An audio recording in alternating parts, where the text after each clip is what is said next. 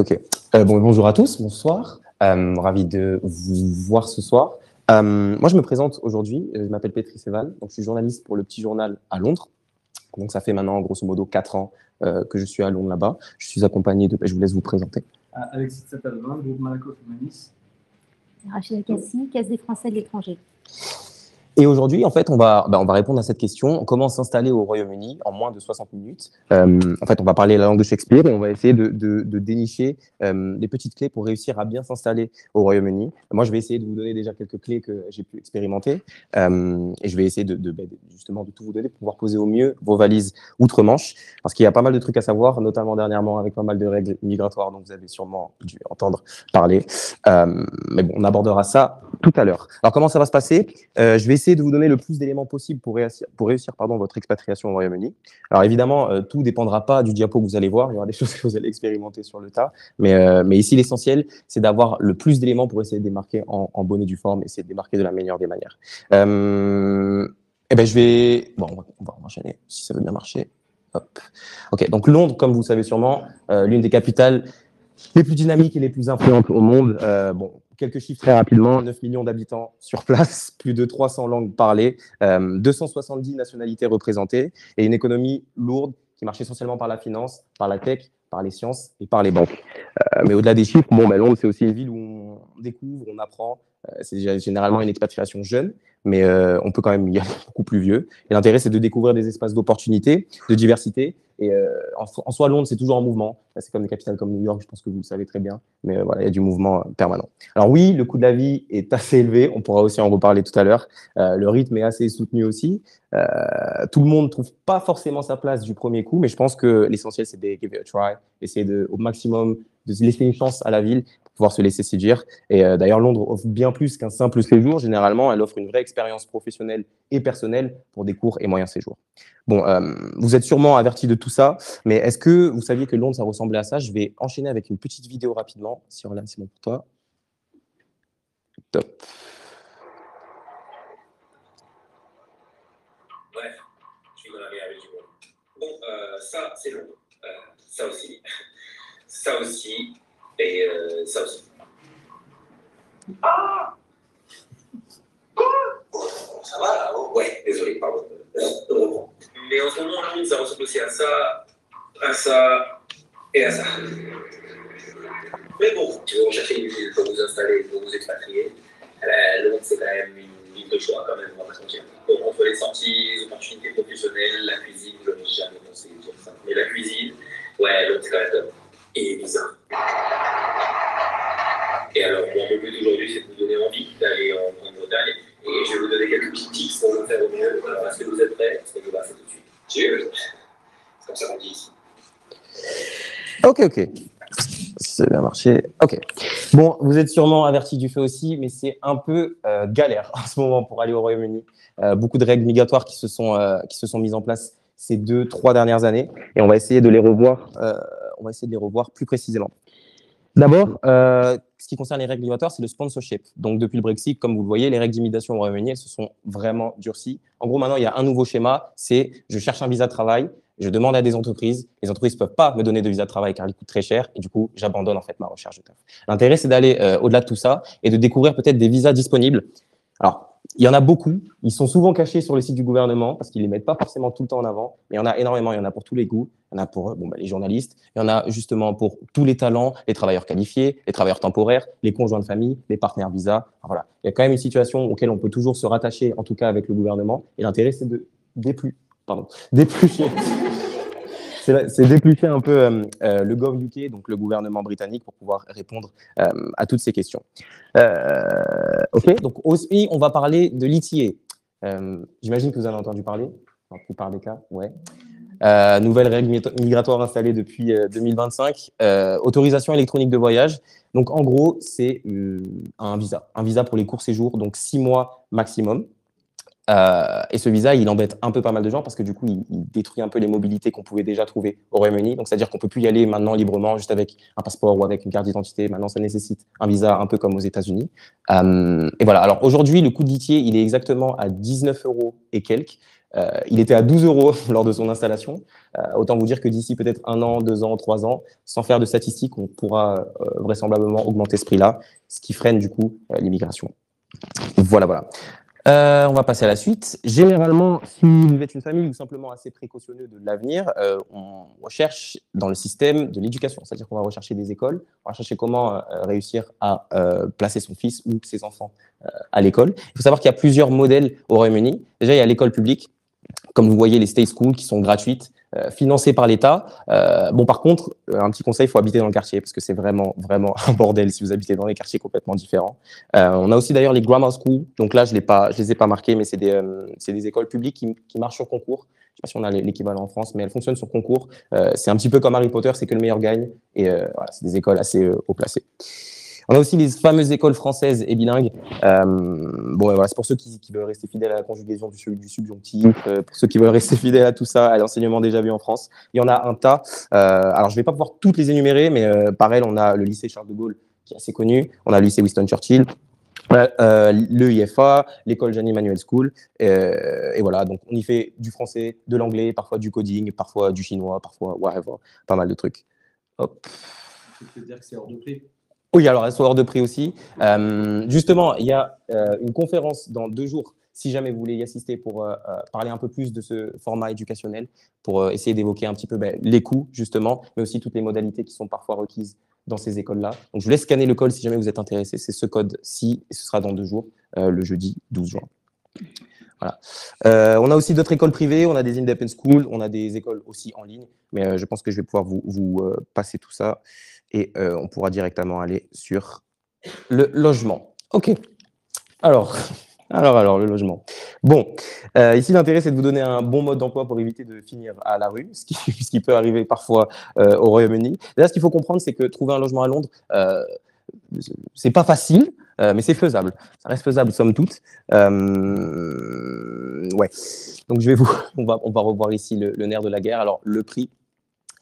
Alors, bon, les loyers à Londres, c'est vrai qu'il y a eu une vraie inflation ces 5 dernières années. J'ai mis 2 dernières années, mais c'est plutôt depuis 5 ans, depuis notamment la fin du Brexit. Autant dire qu'aujourd'hui, un studio dans le centre de Londres, quand je parle centre de Londres, c'est dans les zones principales, vraiment le cœur de la ville de Londres, on sera autour des 1800 pounds par mois, ce qui correspond à 2200 €, 2300 € si je ne me trompe pas.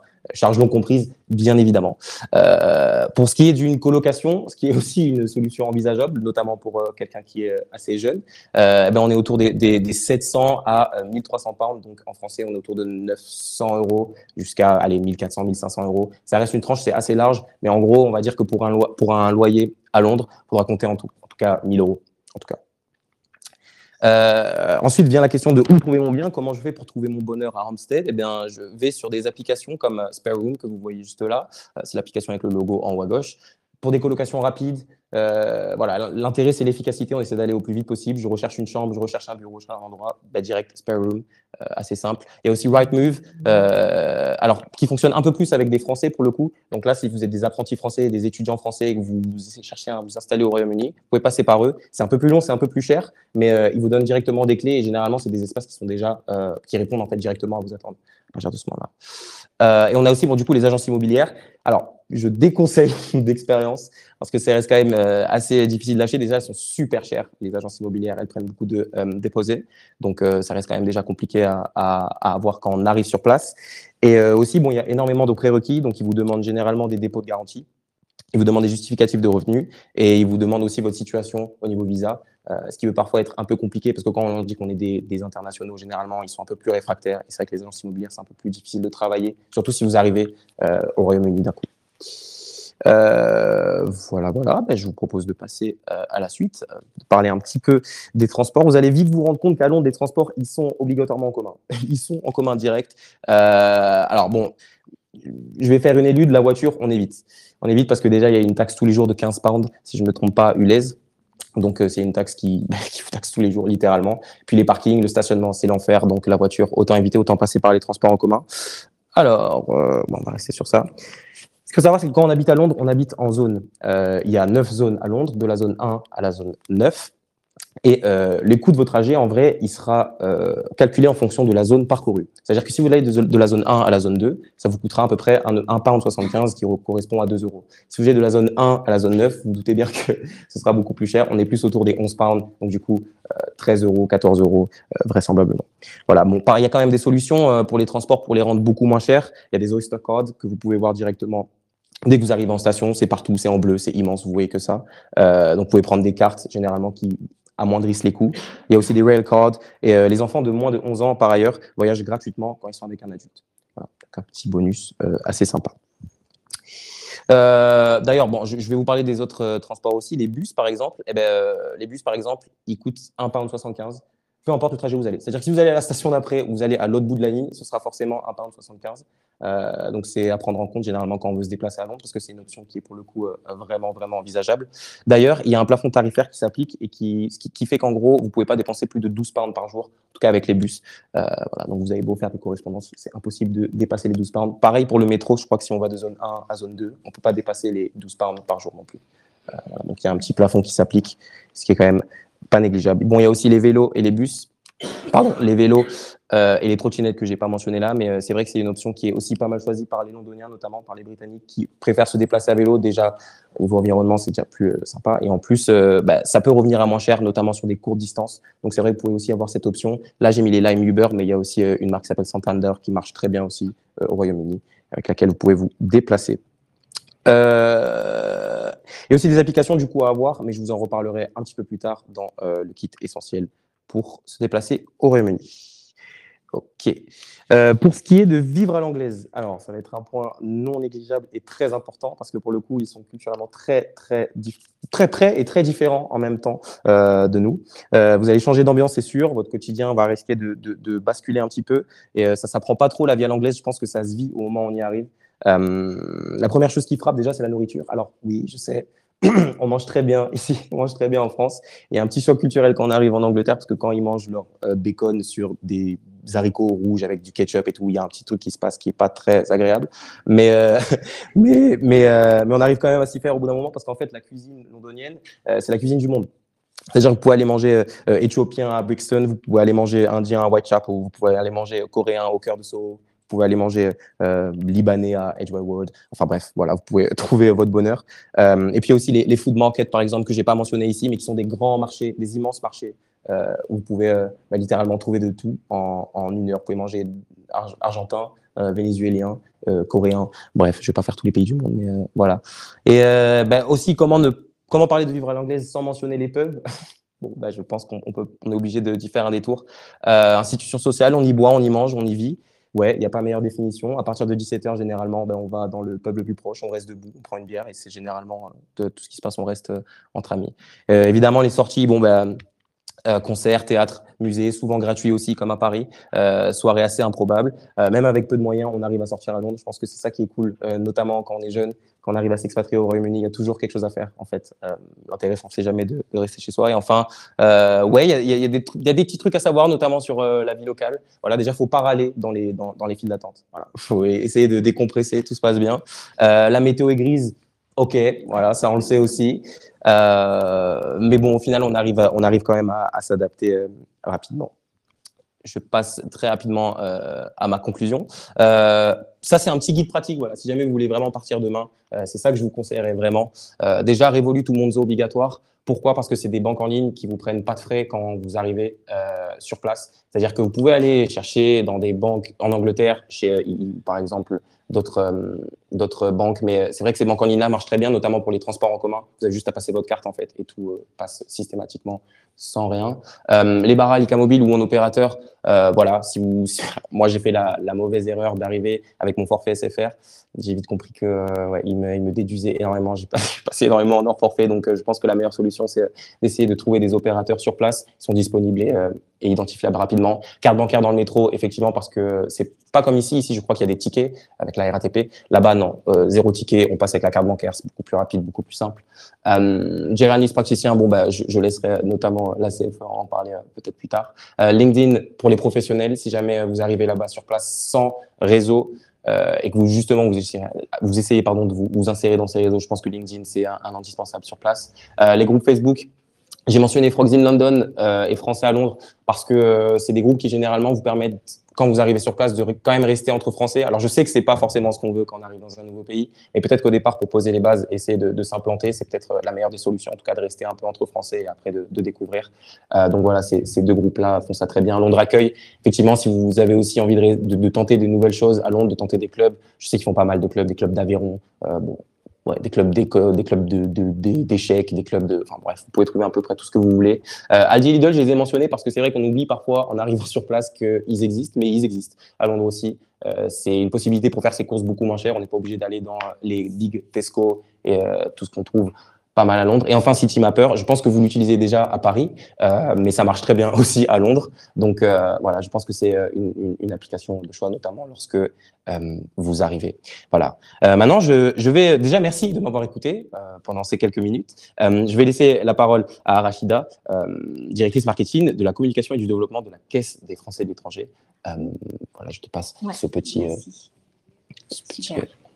Alors oui, effectivement, difficile d'aborder une expatriation quelle qu'elle soit, surtout au Royaume-Uni, sans envisager d'avoir étudié la protection sociale, en tout cas plus particulièrement sa couverture de sécurité sociale, ou en tout cas au moins la santé. Et après, on parlera de la retraite. Juste quelques mots pour commencer sur la CFE. Donc, on est un organisme de sécurité sociale qui a été conçu pour les Français qui s'installent à l'étranger. Donc, c'est en fait comment exporter sa protection sociale, sa sécurité sociale à l'étranger. Donc, comme un organisme de sécurité sociale, on est régi par des administrateurs, mais spécifiquement pour la CFE, ce sont principalement des Français installés à l'étranger, donc ils peuvent au quotidien nous apporter leur plus-value, nous aider à nous adapter, puisqu'en fait l'idée c'est d'importer la réglementation française et d'essayer de l'adapter à une réglementation déjà existante. Et j'aborderai peut-être en quelques mots ce qui est existant au Royaume-Uni. Donc nous, on est présents partout dans le monde. Il n'y a pas de comment dirais-je, d'exclusion en termes de pays, parce que on applique le principe de la sécurité sociale française, à l'étranger. Donc, en fait, ce qu'on fait, c'est qu'on prend l'équivalent du remboursement de ce que la sécurité sociale vous aurait remboursé à l'étranger, qu'on applique, en France. Je vais la refaire. C'est le principe de ce que la sécurité sociale vous aurait remboursé en France. On le proratise par rapport au coût de la santé. Donc, si je prends un exemple assez simple, vous allez chez un médecin généraliste en France, la sécurité sociale vous rembourse 18,55 €. Bah, nous, à l'étranger, on vous remboursera la même somme, qu'importe ce que vous aurez payé. Et à Londres, le coût d'un généraliste, on est plutôt, en tout cas dans le privé, c'est plutôt de l'ordre de 150 à 200 € la consultation. Donc, c'est pour ça que si vous ne l'aviez pas prévu, il est important de vous renseigner sur le système de soins et de santé sur place pour pouvoir prendre la bonne décision. Donc, je disais qu'on est présent partout dans le monde, on couvre à peu près 200 000 personnes et on offre les mêmes garanties que la sécurité sociale en France. Donc, la santé, maladie, maternité, invalidité. La partie pour les salariés, accidents du travail, maladie professionnelle. On entend plus communément parler de prévoyance. Et la retraite. Et j'insisterai longuement sur la partie retraite, puisque la CFE est le seul organisme à permettre aux Français qui vont travailler à l'étranger, exercer une activité salariée, de pouvoir continuer à cotiser au système de retraite français. Donc, de continuer à cotiser pour des trimestres et à percevoir du coup l'intégralité, en tout cas sécuriser sa pension de retraite pour la recevoir dans son intégralité. Donc, à la différence d'une assurance privée d'une assurance privée, donc nous, on a les principes de la sécurité sociale, donc la solidarité, la sécurité sociale pour tous, donc pas d'exclusion médicale, pas de limite d'âge, on couvre vraiment tout le monde, on prend en charge toutes les pathologies. Donc dès lors que vous vous inscrivez à la CFE. Donc si vous souscrivez à la CFE dans la continuité de votre départ de France, on vous couvre dans la continuité, donc il n'y a pas d'interruption dans vos remboursements. Et puis, depuis quelques années maintenant, on permet aux Français de l'étranger de pouvoir continuer à conserver leur carte vitale dans le cadre de leur séjour, de leurs soins qu'ils réalisent en France. Donc ça, c'est dans le cadre de séjours temporaires. Donc, sur à peu près toutes nos garanties, on permet de pouvoir continuer à se faire soigner en France sur la partie santé. Donc, sur la partie santé, comme je l'expliquais, c'est une des garanties. Donc, on couvre les personnes, qu'elles soient seules ou en famille. On a des offres qui ne couvrent que les soins en France ou les soins en France et à l'étranger ou que à l'étranger. Et on a des plateformes dématérialisées, donc, où du coup, vous pouvez effectuer vos remboursements, vos demandes de remboursement 24 heures sur 24, 7 jours sur 7. Donc, quand je disais qu'on a un produit phare donc, qui s'appelle Monde Expat Santé, donc, qui couvre tous les frais de santé partout dans le monde, selon l'équivalent France, et également en France lors de séjours temporaires, sur bien souvent des actes, ou en tout cas là pour le Royaume-Uni, il est évident que le coût de la santé coûte tellement cher, et je parle du privé, qu'il faudra penser à avoir une complémentaire, et je laisserai mon partenaire de conférence en parler mieux que moi. Pour les systèmes de santé à l'étranger qui peuvent être obligatoires ou assez suffisants, on a mis en place un produit qui ne rembourse que les frais de santé en France, donc qui s'appelle France Expat Santé. Et puis, pour les retraités, on a un produit spécifique qui s'appelle Retraite Expat Santé. Donc ça, c'est pour la santé. Je ne développerai pas plus, sauf si vous me posez des questions. Sinon, vous retrouverez l'intégralité des explications sur notre site Internet. En deuxième garantie, donc c'est l'assurance risque professionnel. C'est ce qu'on appelle en France l'accident du travail, la maladie professionnelle. Donc là, c'est une couverture qui vient vous indemniser en cas d'accident de travail qui vous empêche du coup de travailler, donc pour lequel vous êtes en arrêt de travail. Donc là, la CFE, à l'étranger, pareil, si vous avez souscrit à cette offre-là, viendra indemniser cette perte de salaire qui vous empêche d'aller travailler et prendra en charge à 100%, équivalent France, de tous les soins afférents à cet accident de travail ou cette maladie professionnelle.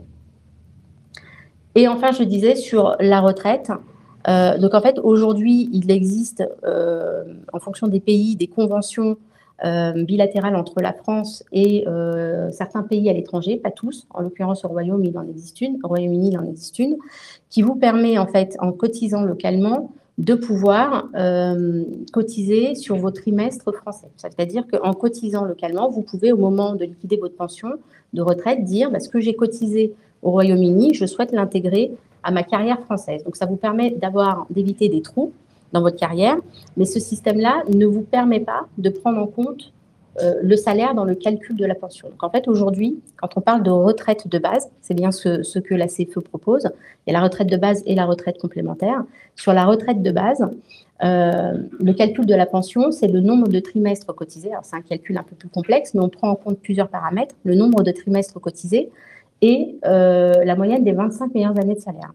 Si vos salaires perçus au Royaume-Uni, ou en tout cas à l'étranger, peuvent faire partie de ces 25 meilleures années de salaire, en faisant jouer les conventions, vous ne pourrez pas intégrer le salaire perçu dans le calcul de la pension.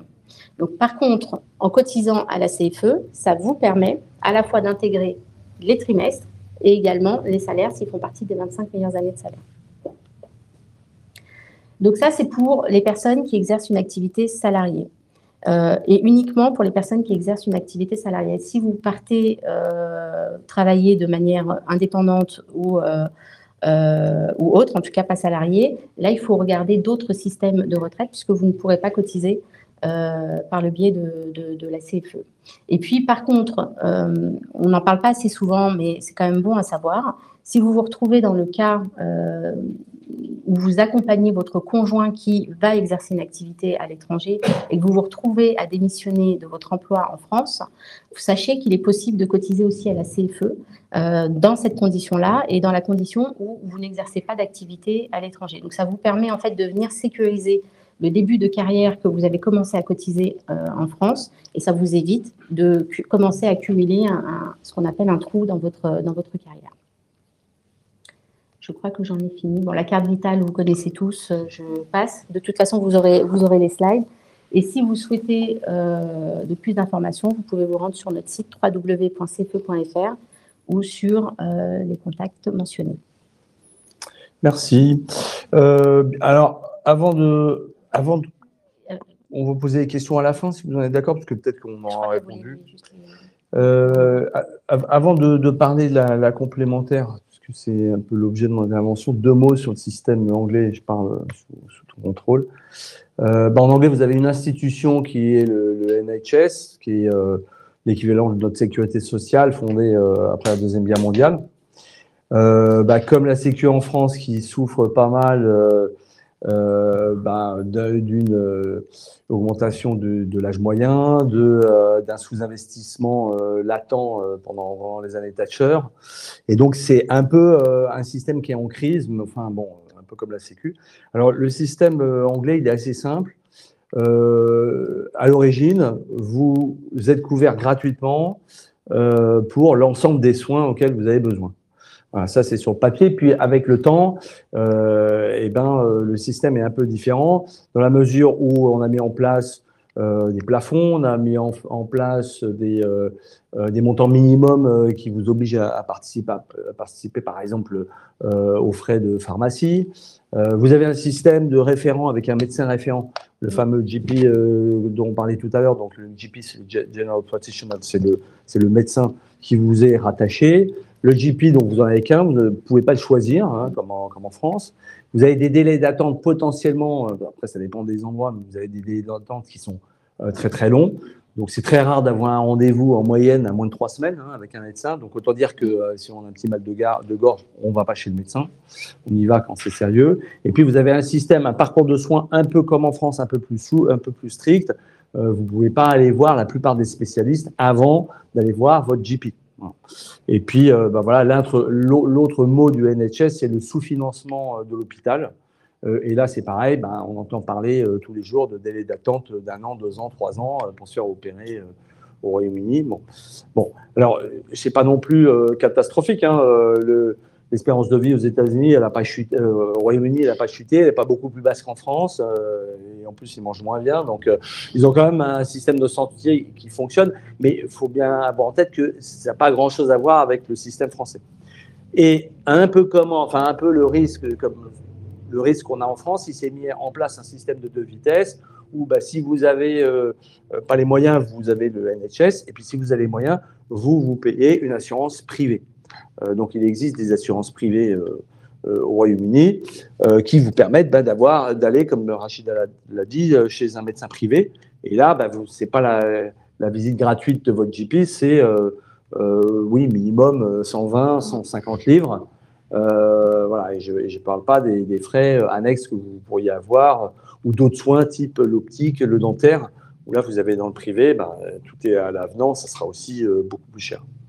Donc, une fois qu'on s'est dit ça, si vous dites, moi, me reposer que sur le NHS, ça m'embête, vous avez des assurances locales, mais généralement qui vous couvriront que au Royaume-Uni et que pour une partie des soins auxquels vous aurez besoin, ou alors vous choisissez de garder votre protection sociale française avec la CFE, et l'intérêt, c'est de prendre une complémentaire, parce que comme Rachida l'a dit, la CFE, elle va vous couvrir uniquement à hauteur de ce que rembourse la Sécu. C'est-à-dire que c'est vous qui devrez faire l'avance du reste, vous aurez un reste à charge très élevé.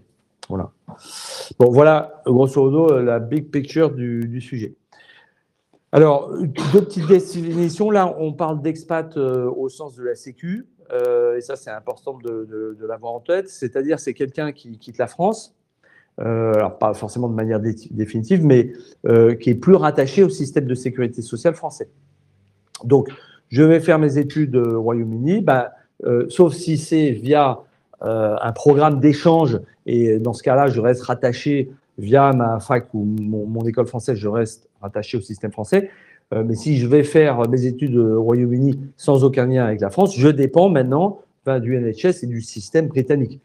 Si vous quittez votre travail en France ou vous allez chercher du travail au Royaume-Uni, vous n'êtes plus résident en France, vous ne travaillez plus en France, vous n'avez plus la sécurité sociale française. Voilà. Donc vous êtes expatrié au sens de la Sécu.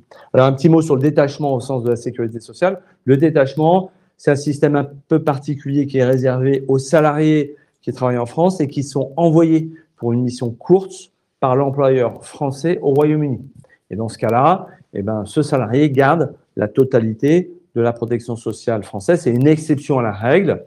Il n'a pas à cotiser localement parce qu'il y a des accords de détachement entre le Royaume-Uni et la France. Mais là, c'est un peu les privilégiés, contrat de travail en France, envoyés temporairement au Royaume-Uni, parce que généralement, c'est limité dans le temps, et on garde toute la protection sociale française. Je rappelle les limites territorial du régime français, je viens un peu de l'expliquer, mais dès lors que vous quittez la France, vous n'êtes plus couvert par la sécurité sociale française. Ce n'est pas parce qu'il y a écrit sur votre carte vitale que vous êtes couvert jusqu'en 2029 que vous l'êtes. Hein. À partir du moment où vous n'êtes plus en France, vous n'êtes plus couvert.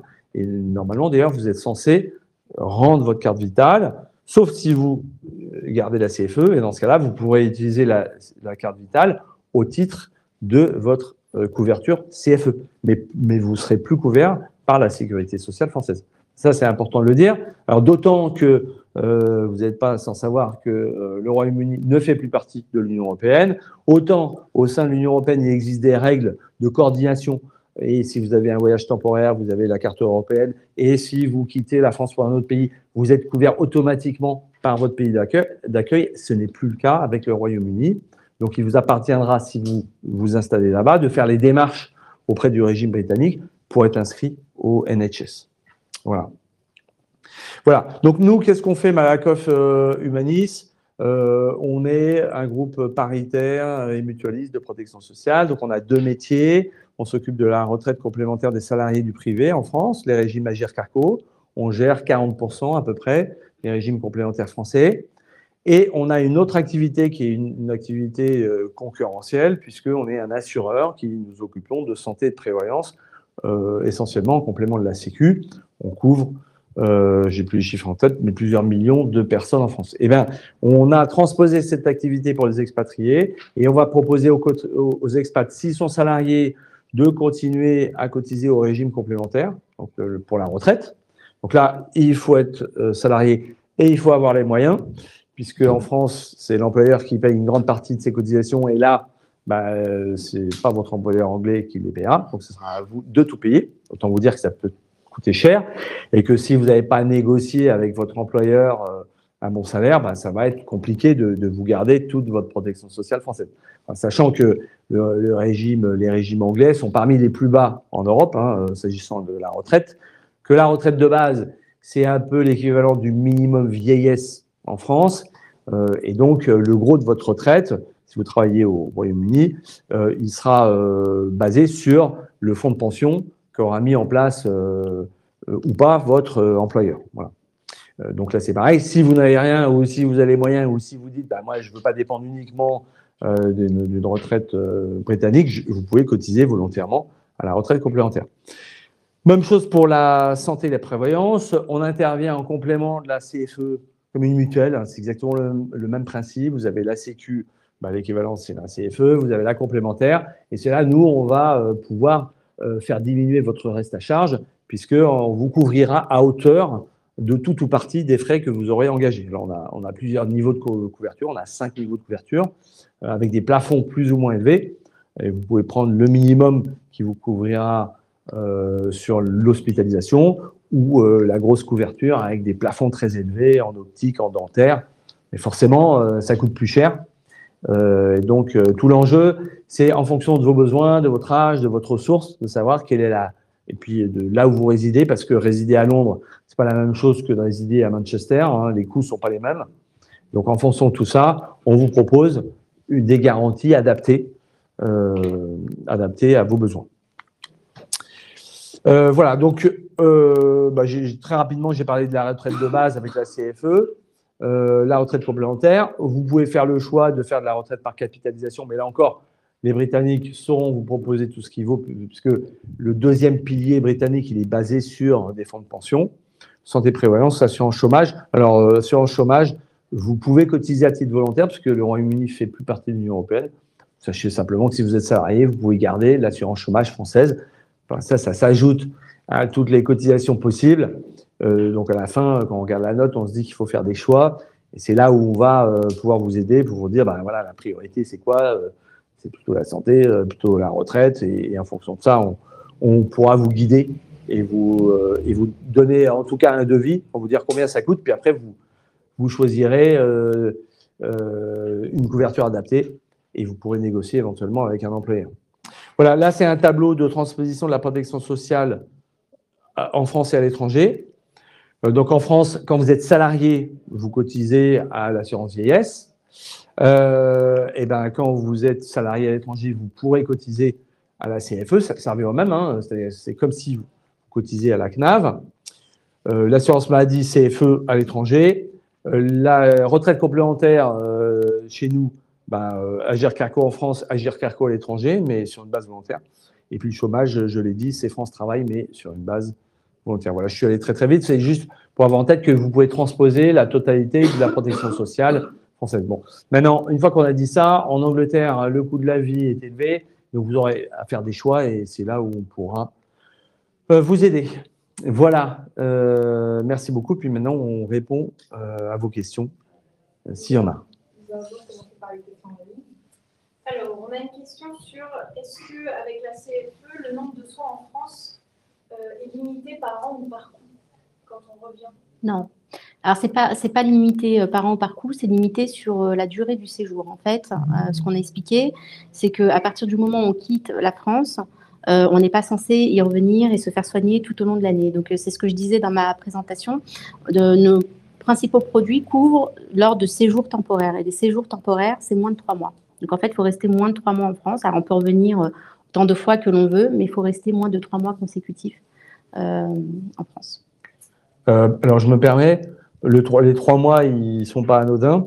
C'est qu'en France, il y a une réglementation, la loi Puma, qui dit en substance, dès lors que vous résidez plus de 3 mois en France, vous êtes couvert automatiquement par la sécurité sociale, que vous travaillez ou pas. Voilà. Et donc, on considère que si vous restez plus de 3 mois en France alors que vous résidez normalement au Royaume-Uni, vous êtes censé être réintégré à la sécurité sociale française.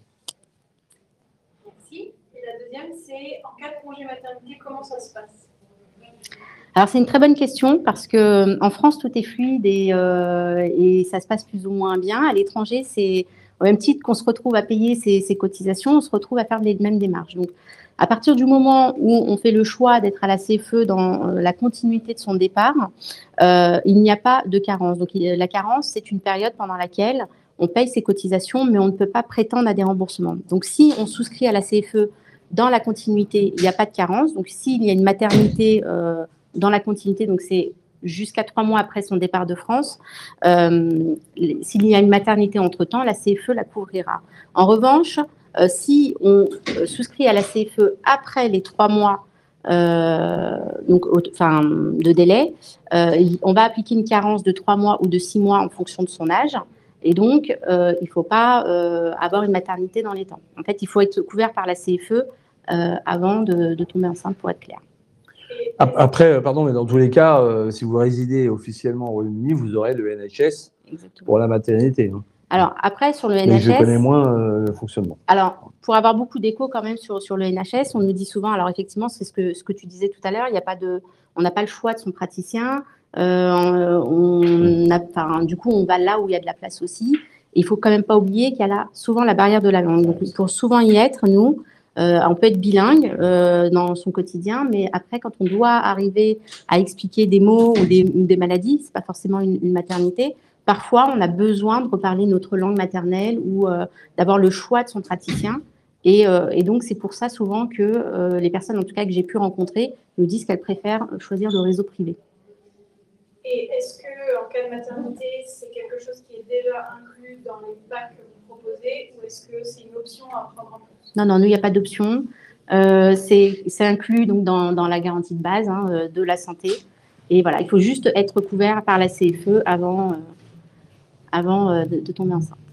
Mais alors, par contre, ce que je disais aussi, c'est que effectivement, en France, souvent quand on exerce une activité salariée, par exemple, quand on doit faire une déclaration de grossesse auprès de la sécurité sociale, souvent ça passe par l'employeur.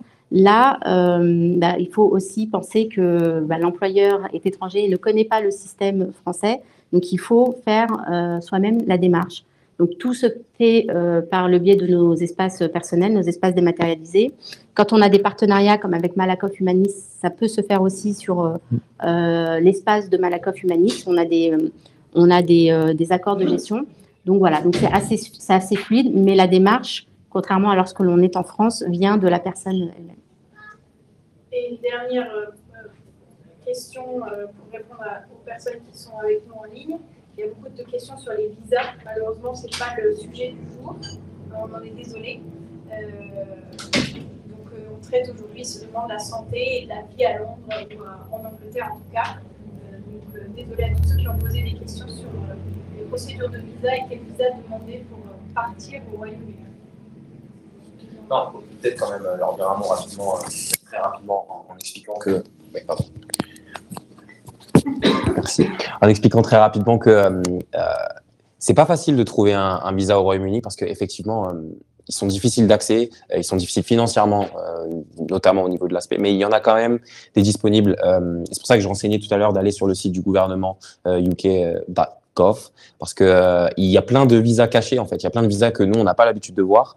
Moi, j'en ai fait l'expérience personnelle, mais il y a plein de visas qui sont pas, si vous voulez, dans les grands paniers et qu'en fait, on peut trouver potentiellement en allant sur le site du gouvernement. C'est pour ça que j'incite toutes les personnes qui justement se posent des questions sur le visa à aller directement sur le site. Alors pour le coup, on peut reprocher énormément de choses au NHS, au gouvernement, mais j'avoue que le site gov.uk, pour le coup, par rapport à ça, peut répondre à certaines questions pratiques. Donc si jamais il y a des questions, en tout cas, il faut aller sur le site du gouvernement et voilà, on peut trouver des réponses là-dessus.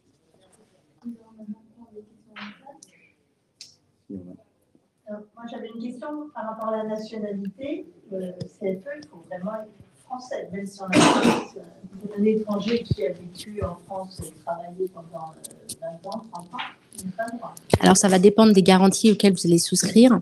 Sur la partie santé, il faut être de nationalité française ou européenne pour le titulaire du contrat. En revanche, sur la partie bénéficiaire, donc sur les personnes que l'on couvre, les conjoints et les enfants, il n'est pas obligé d'être de nationalité française. Ce qui est important, c'est que le titulaire du contrat doit être de nationalité française ou européenne. Et sur la partie retraite, il n'y a pas de critère de nationalité. Il faut avoir, en quelque sorte, déjà travaillé en France, puisque l'idée, c'est de continuer à alimenter son compteur de carrière.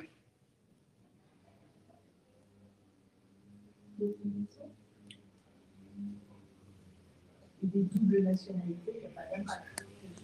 Français et... Pas d'impact.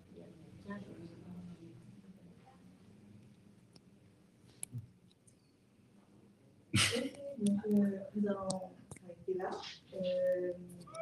On va faire le live en direct.